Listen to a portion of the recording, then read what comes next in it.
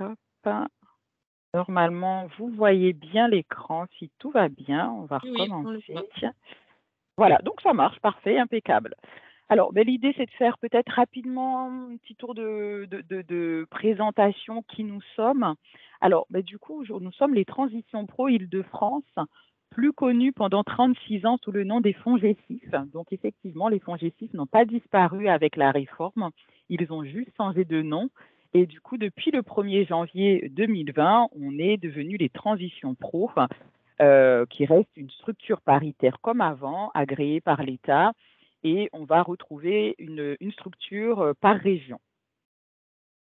Alors aujourd'hui, on est sur une offre de services territorialisés avec les 4 dispositifs que l'on porte, donc le projet de transition professionnelle, le PTP, qui était en fait l'ancien CIF, le congé individuel de formation, transition collective, qui est un tout nouveau dispositif de financement dans l'écosystème, la certification CLEA sur lequel on ne va pas s'attarder aujourd'hui, et on porte aussi le dispositif des missionnaires, donc que je vais prendre le temps de vous expliquer. Nos missions aujourd'hui, on a principalement 4 missions. Hein, c'est le fait de suivre le conseil en évolution professionnelle au niveau de sa mise en œuvre sur la région Île-de-France. En tant que financeur, on va s'assurer de la qualité des formations qui sont dispensées par les organismes de formation. C'est l'une de nos missions. Et puis, on va aussi analyser des besoins en emploi et qualifications et compétences sur le territoire. Et on a aussi une mission qui est développement de partenariats pour faire connaître nos dispositifs, faire connaître aussi Transition Pro, parce que du coup, c'est vrai, effectivement, aujourd'hui, beaucoup de personnes connaissent le FONGECIF, mais ne font pas forcément le lien. Alors, le conseil en évolution professionnelle, on va faire juste un petit aparté parce qu'il est important, mais ce n'est pas un dispositif qu'on porte, mais c'est un dispositif qu'il est important, je pense, pour un employeur de connaître parce que c'est un accompagnement individuel, gratuit et confidentiel qui permet aux actifs de faire un point sur leur situation professionnelle afin de construire un projet ou en tout cas de pouvoir refaire le point pour savoir où j'en suis, qu'est-ce que je souhaite, quelles sont mes motivations, quelles sont mes valeurs. C'est vrai que ça peut être intéressant si vous avez un salarié, que vous sentez voilà, qui vous pose des questions, qui s'essouffle, ça peut être peut-être une première étape de lui dire de prendre rendez-vous auprès d'un conseiller en évolution professionnelle pour faire le point sur sa carrière. Aujourd'hui, ce conseil en évolution professionnelle est porté par l'APEC pour les jeunes diplômés et les cadres. Le groupement Évolution en Île-de-France, où là, on va être beaucoup plus sur des salariés non cadres et les indépendants. Le réseau KEOX, qui vont être beaucoup plus pour les salariés où le handicap va constituer un frein à l'emploi. Et les réseaux des missions locales pour les jeunes et du coup Pôle emploi pour les demandeurs d'emploi. Alors, du coup, on va passer sur le projet de transition professionnelle, donc ce fameux PTP, l'ancien CIF, qui va permettre en fait à tout salarié du privé de pouvoir suivre une formation dans le cadre d'un projet de reconversion ou d'évolution. Alors, à qui il s'adresse Alors, nous, ce sont les salariés du secteur privé, qu'ils soient en CDI ou en CDD, mais ils doivent être en poste au moment de faire leur demande. Mais ça s'adresse aussi aux intérimaires et aux intermittents du spectacle. Je vous ai mis un petit lien pour pouvoir, en fait, lien hypertexte, pour voir les conditions détaillées par rapport à l'ancienneté des personnes qui sont en CDI et par rapport à l'ancienneté des personnes qui sont en CDD, parce que je ne vais pas rentrer dans le détail, je ne veux pas vous perdre. Donc voilà, après, s'il y a besoin, si c'est nécessaire, vous avez des questions là-dessus, je répondrai aux questions, bien évidemment. Alors, qu'est-ce qu'on fait avec ce projet de transition professionnelle? On va pouvoir suivre une formation de reconversion en vue de changer de métier ou d'évoluer dans un organisme, ça c'est très important, dans un organisme certifié, donc aujourd'hui dans un organisme qui doit avoir la certification Calliope, tout en assurant le maintien de sa rémunération. Donc ça, ce sont des éléments qui sont importants à avoir en tête. Et le salarié doit obligatoirement choisir une formation qui est éligible au CPF qui est certifiante, ça veut dire inscrite au RNCP, le répertoire national de certification professionnelle ou le répertoire spécifique, et il va mobiliser obligatoirement son compte CPF. Le budget qu'il a sur son compte CPF sera automatiquement, on va dire, consommé et pour pouvoir suivre son projet de reconversion. Alors, il y a quelques règles de prise en charge à avoir en tête, notamment la durée de la formation. Il y a une priorité qui est donnée aux formations à temps complet sur 12 mois, qui va représenter 1200 heures à temps partiel. Au-delà, si on a une formation qui est beaucoup plus longue, c'est possible de faire la demande. C'est soumis de toute façon à la décision de la commission paritaire, comme dans le premier critère. Mais c'est vrai, effectivement, aujourd'hui, c'est vraiment la priorité qui est donnée aux formations sur une année pour pouvoir financer un plus grand nombre. Parce qu'effectivement, si on finance 3 ans de formation, puisqu'on prend en charge le coût pédagogique et la rémunération, eh bien, ça représente un budget énorme. Mais du coup, ça fait qu'on peut financer moins de formations. Donc, c'est possible de bénéficier d'une formation pluriannuelle, mais c'est plus difficile. Donc, aujourd'hui, qu'est-ce qui est pris en charge dans le cadre du PTP?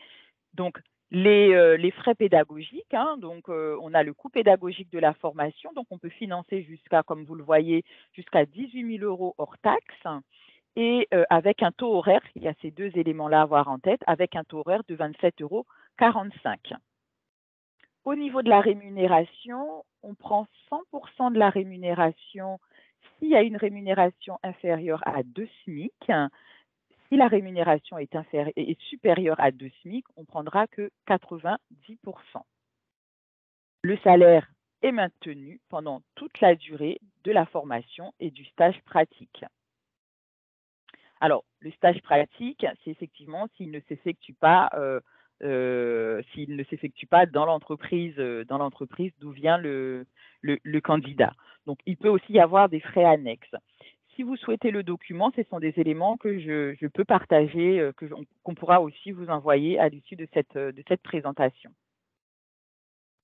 Alors, par rapport au PTP, est-ce que vous avez des questions? Du coup, je ne vois pas le chat, Evgenia. Donc, s'il y a des questions en mode présentation, je suis un peu toute seule dans ma bulle. Donc n'hésitez pas à prendre vos micros pour, voilà, s'il y a des questions, pour que je puisse y répondre avant de passer sur le deuxième dispositif. Alors juste, il n'y a pas de question, juste, les personnes souhaitent, effectivement, à la fin, avoir ton PowerPoint, si c'est possible. Eh bien, avec plaisir, je te l'enverrai. Hop, alors là, on va passer sur le dispositif démissionnaire, alors qui est aussi un dispositif assez récent puisqu'il a été mis en œuvre depuis le 1er novembre 2019 avec toujours cette nouvelle réforme.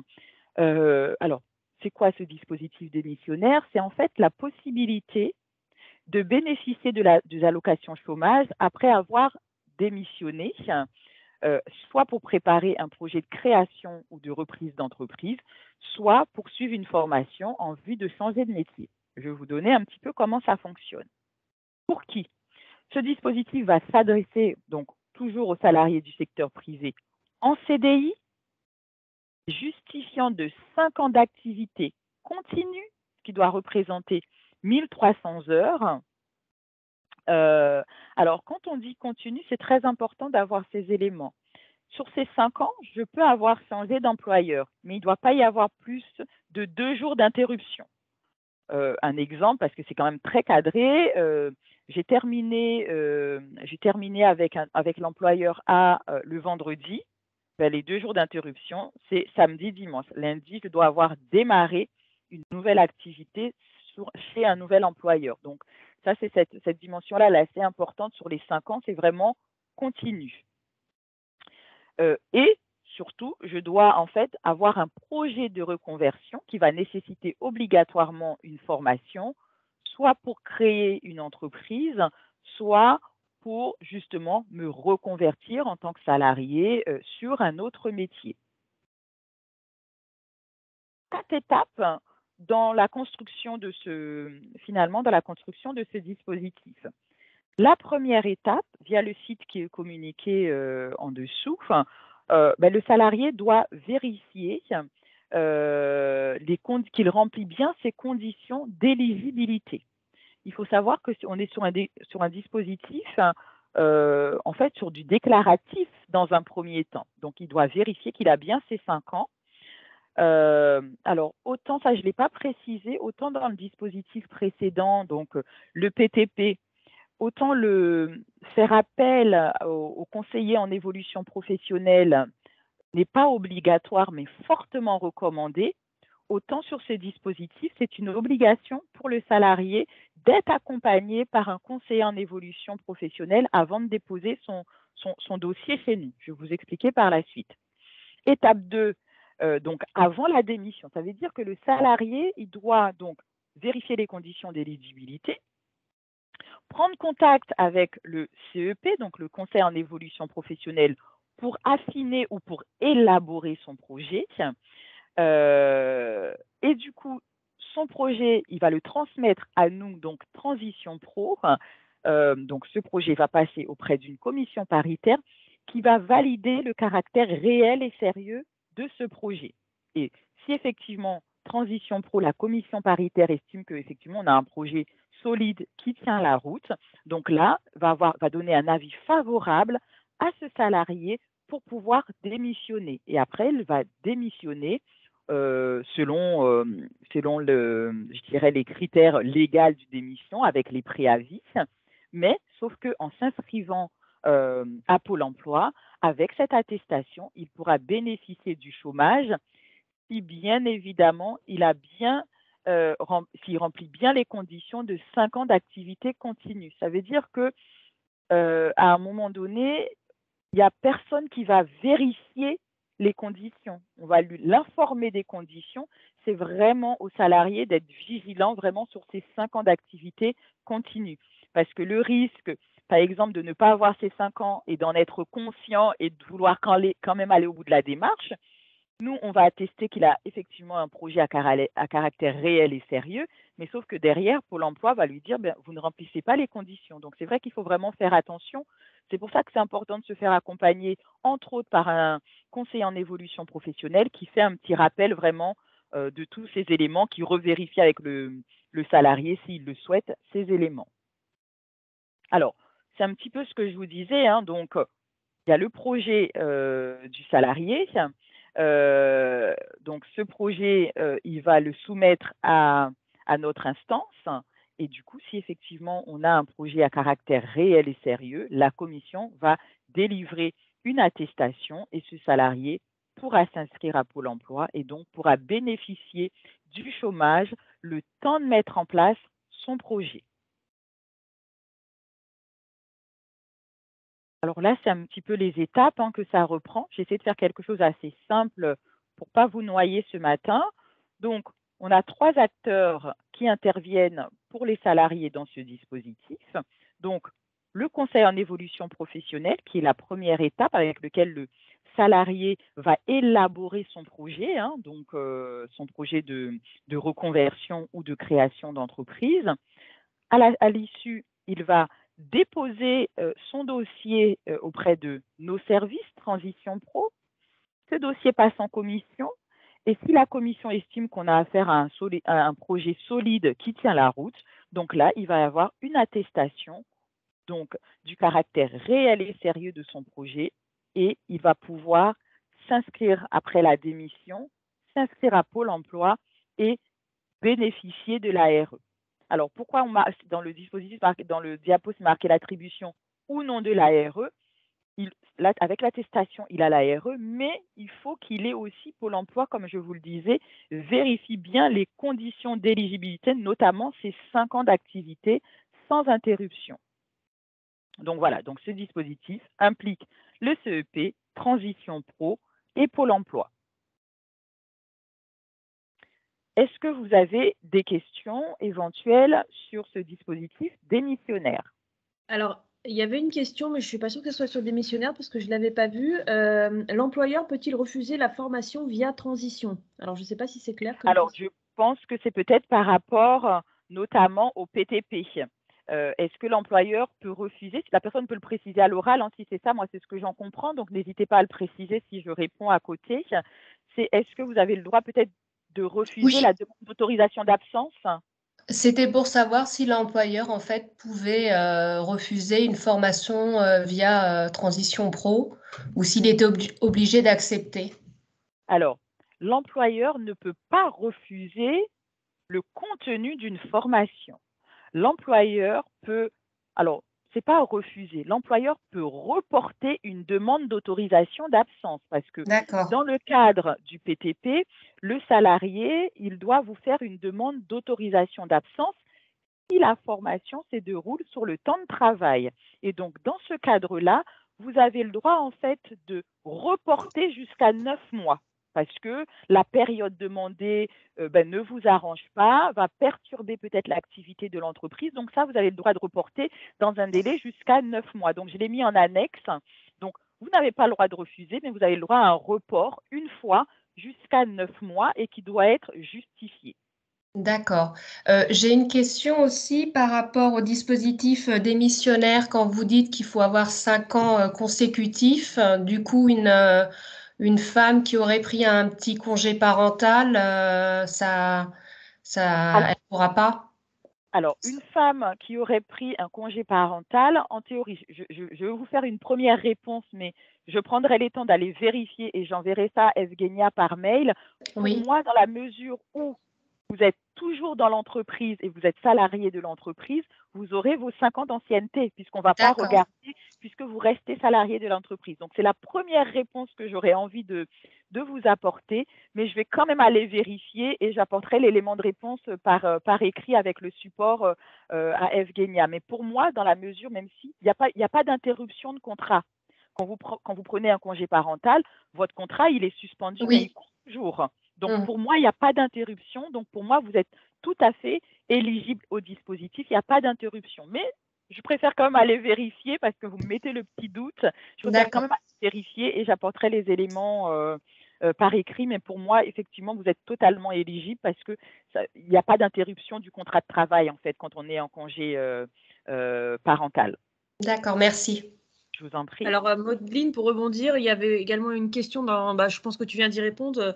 Vous parlez de 5 ans consécutifs. Qu'en est-il si le salarié a été en congé maladie ou en accident du travail?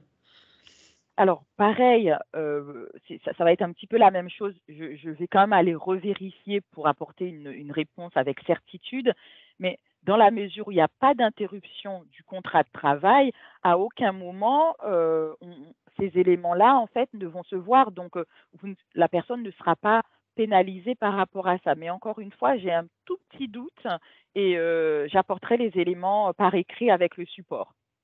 Très bien, on va faire comme ça. Congé parental, arrêt maladie. OK. Est-ce qu'il y avait d'autres questions? Pas via le chat, en tout cas. OK. Bon, n'hésitez pas. Donc là, on va passer, je dirais au dernier dispositif. Autant, que le projet de transition professionnelle, le PTP, le dispositif démissionnaire, ce sont des dispositifs qui sont à la main du salarié. Vous pouvez informer vos collaborateurs, mais c'est eux qui décident. Alors que là, on va changer ce dispositif qui est à la main de l'employeur. Donc, ça veut dire c'est vous qui décidez de le mettre en place pour permettre à vos salariés d'en profiter. Alors, transition collective, qu'est-ce que c'est en fait? Donc, c'est un tout nouveau dispositif pour accompagner les entreprises dans leurs projets de mutation. Et qu'est-ce que ça va permettre en fait? Ça va permettre de sécuriser les devenirs des collaborateurs dont l'emploi va être impacté du fait de cette mutation. Je donnerai des exemples concrets après, en leur permettant en fait de se reconvertir à l'externe vers un métier qui recrute via un parcours de formation qui peut aller jusqu'à 2 ans. Transition collective va rester, on peut dire que c'est un dispositif gagnant-gagnant pour l'entreprise et pour les salariés. Pour quelles raisons? Pour l'entreprise, en fait, ça va vous permettre d'anticiper l'avenir, donc des mutations sectorielles, des baisses d'activité, d'accompagner les salariés volontaires vers un projet de reconversion parce que leur poste est est impacté par cette mutation, mais ça va aussi permettre à des entreprises de recruter sur des métiers porteurs émergents dans la région. Parce que l'objectif, c'est que le salarié soit volontaire pour se reconvertir vers ces métiers émergents ou porteurs. Pour le salarié, ça va être aussi un dispositif qui va lui permettre de bénéficier d'une reconversion sécurisée, 100% financée, d'être acteur de son parcours et de son projet de reconversion, de pouvoir bénéficier d'un accompagnement par un conseiller en évolution professionnelle, et ça peut être l'opportunité de pouvoir développer son employabilité vers d'autres secteurs d'activité. Alors, qu'est-ce qu'on entend par projet de mutation? Alors, on a essayé de donner des exemples parce que ce dispositif est nouveau, peu connu, et donc du coup, l'idée, c'est on est vraiment sur des situations non exhaustives. Après, si vous avez des doutes, les plus simples, c'est de prendre contact avec moi, qu'on regarde ensemble si effectivement votre entreprise peut rentrer dans ce dispositif. Et ça va vraiment être une aide précieuse pour accompagner les entreprises dans des situations comme on a eu en fait des entreprises qui allaient automatiser leur ligne de production ou de conditionnement. Donc, ça veut dire que derrière, cette automatisation va impacter les préparateurs de commandes qui faisaient ce travail manuel. Donc, l'idée, c'est de permettre à ces préparateurs de commandes qui sont volontaires de pouvoir se reconvertir vers des métiers porteurs en tension dans leur région. Ça peut être aussi des entreprises qui subissent en fait la disparition naturelle des métiers, des entreprises qui déménagent ou qui délocalisent et du coup, vous avez des salariés qui ne veulent pas suivre, ils peuvent rentrer dans le dispositif. Ces salariés-là, s'ils sont volontaires, s'ils le souhaitent, pour pouvoir faire autre chose parce qu'ils ne souhaitent pas suivre cette délocalisation.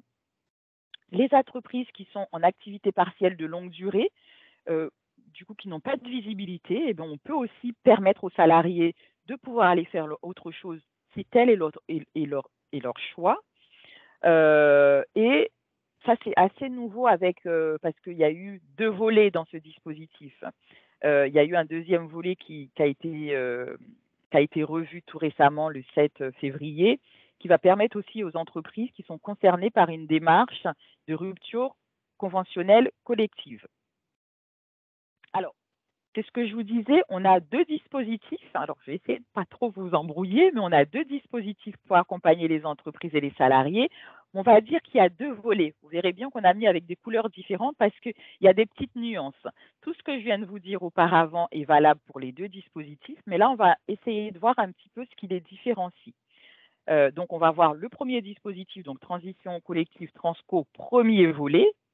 Et on verra le deuxième volet, Transco congé de mobilité, le deuxième volet, avec à chaque fois qui paye, comment ça marche. Et après, vous aurez un petit tableau où on va voir en fait finalement quelles sont les différences entre les 2 dispositifs. Alors, donc là, je suis dans le premier volet.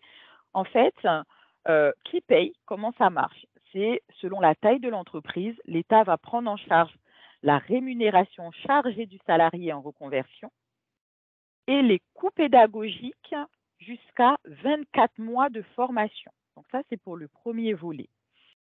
Alors, l'État, donc via Transition Pro Île-de-France, puisque c'est nous qui gérons l'enveloppe budgétaire, peut financer jusqu'à 100% pour les entreprises de moins de 300 salariés, 75% pour les entreprises de 300 salariés à 1000 salariés et peut financer à hauteur de 40% pour les entreprises de 1000 salariés. Donc, on parle de la rémunération et le coût pédagogique. Donc là, on s'aperçoit que pour des entreprises de moins de 300 salariés, il n'y a pas de reste à charge. Alors, on a un petit tableau un petit peu complexe que je vais vous expliquer parce que dans ce dispositif, on a quand même différents acteurs. Alors, comment ça se passe? Donc, c'est qu'aujourd'hui, la première étape pour une entreprise qui souhaite bénéficier de ce dispositif, c'est soit l'entreprise a un accord d'entreprise, donc un accord GEPP, soit il y a une information consultation, donc ça a été tout nouveau avec la nouvelle réforme, avec décision unilatérale de l'employeur de pouvoir intégrer ce dispositif, donc en information consultation auprès du CSE. Donc, il va falloir lister les emplois fragilisés. Donc, pour ça, vous pouvez vous faire accompagner en fait par votre OPCO qui peut vous aider dans cette démarche. À l'issue, on s'aperçoit qu'il va y avoir une réunion d'information collective pour les salariés, pour leur expliquer le dispositif. Nous aussi, on va s'assurer vraiment c'est parce que ce n'est pas parce que l'emploi du salarié est impacté qu'il est obligé d'intégrer ce dispositif, c'est une solution pour lui. Donc, il faut vraiment que le salarié soit volontaire.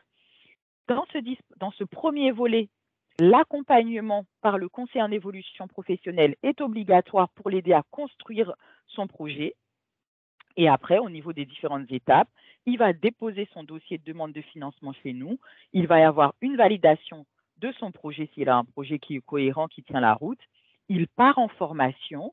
Et là, en fait, normalement, puisqu'il est sur des métiers en tension, porteurs, donc il n'aura pas de difficulté pour trouver un nouvel emploi. Surtout, il continue à être accompagné par le conseiller s'il le souhaite pour la recherche d'emploi.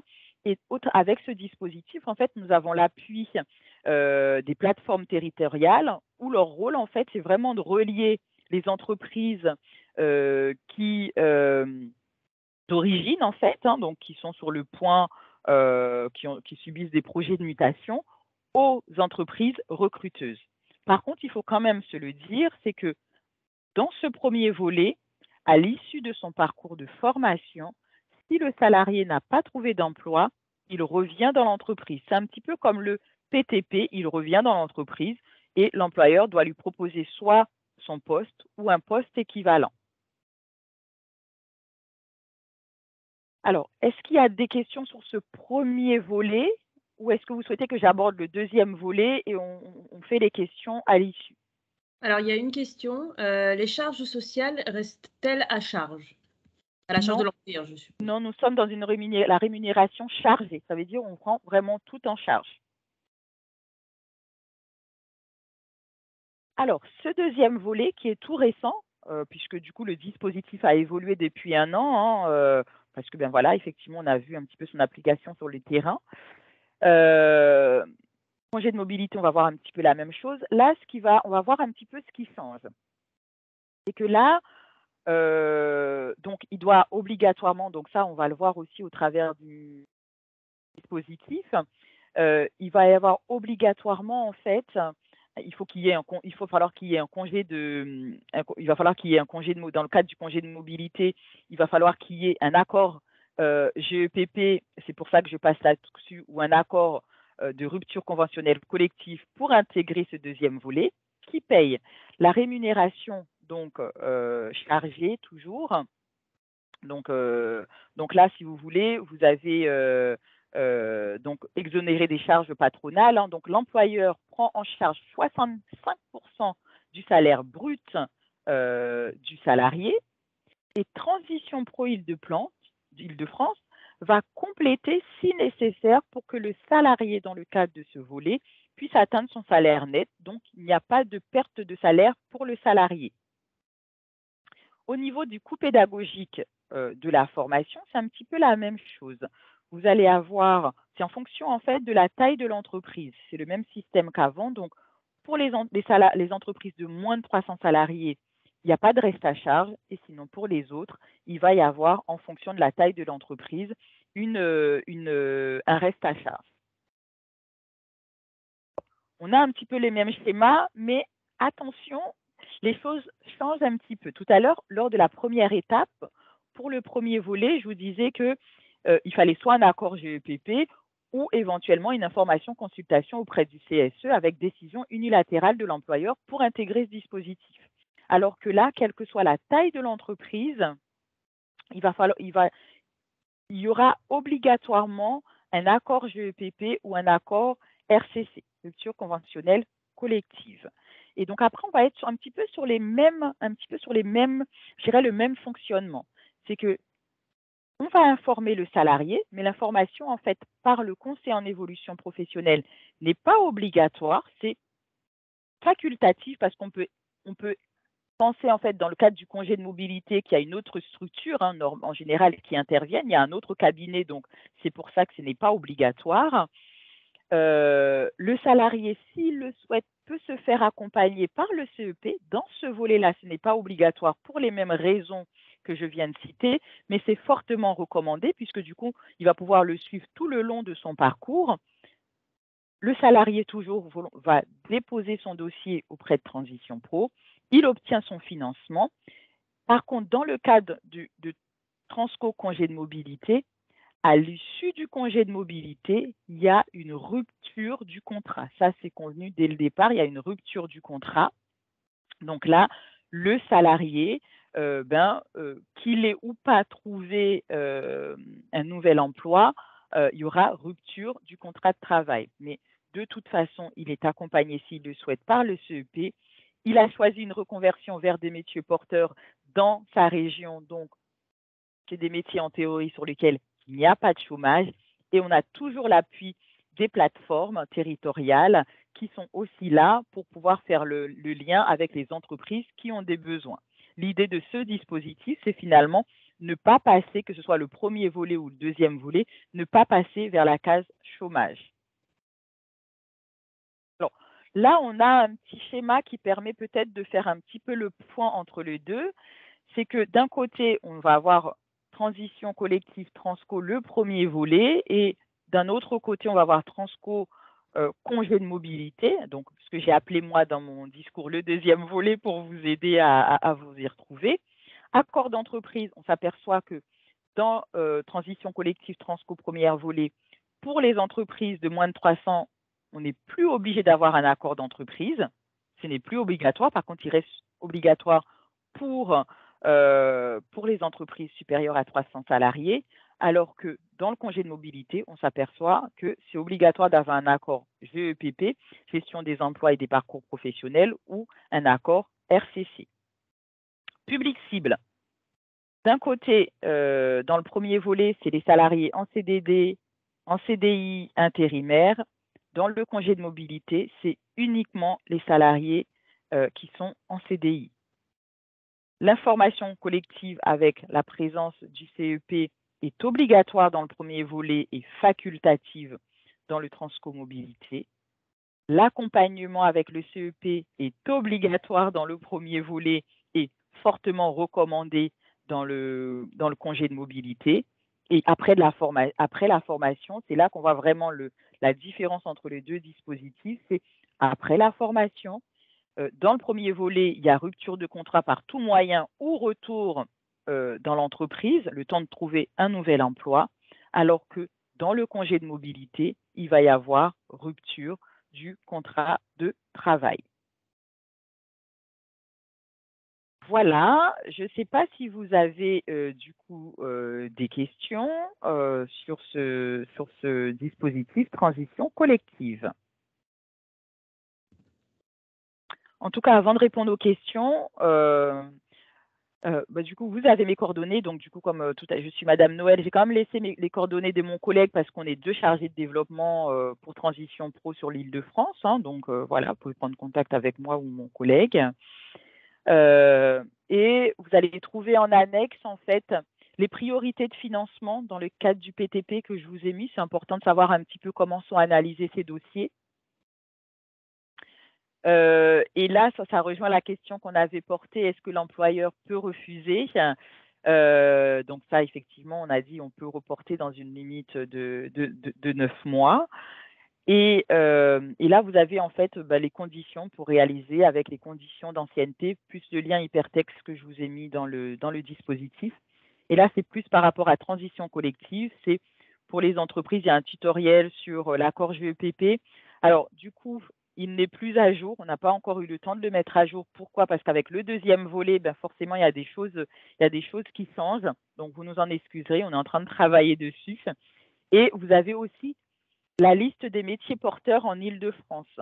Alors, ce n'est pas parce qu'un métier n'est pas sur cette liste qu'un salarié n'aura pas un financement. Voilà. C'est le salarié, s'il nous prouve que, effectivement, que dans son projet, il y a de la demande, voilà, effectivement, son dossier sera étudié avec la même attention. Il ne faut pas se focaliser sur cette liste. C'est un appui.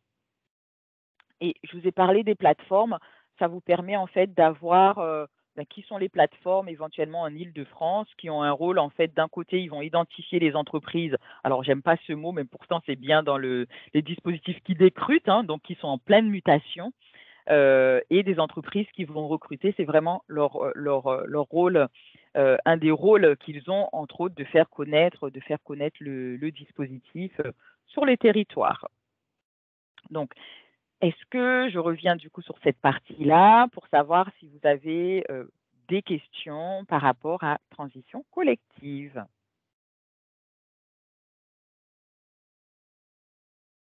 N'hésitez pas à ouvrir votre micro hein, si vous souhaitez poser Oui. directement une question. Bon, bah écoute, je pense que Je vais dire que ça a j'étais dû très être claire en fait. clair, malgré une certaine complexité hein, des dispositifs. Oui. Enfin, Donc, écoutez, après, voilà, il faut vraiment pas hésiter. Excuse-moi, Evgenia, il faut vraiment pas hésiter. Vous avez mes coordonnées, je vais vous envoyer le support. Donc, n'hésitez pas à revenir vers moi. Et puis pour une présentation plus personnalisée si nécessaire. Et je me renseigne par rapport au congé parental et l'arrêt maladie dans le cadre du dispositif démissionnaire. Et j'apporterai la réponse, en tout cas, dans l'idéal dans la journée, mais sinon d'ici cette fin de semaine. bah, super. Merci Merci beaucoup, beaucoup. Maudeline, et merci à tous pour votre participation. Du coup, effectivement, je vous enverrai le PowerPoint de Maudeline et en même temps, je vous enverrai la réponse concernant cette question du congé parental, arrêt de travail, arrêt maladie. Voilà. Bon, je vous enverrai tout dans un seul mail, si ça vous va. Bah, écoutez, je vous souhaite à tous une bonne journée. Et puis, à très bientôt pour un prochain webinaire du service d'appui RH. Merci à tous et merci à Maudeline encore. Merci à vous.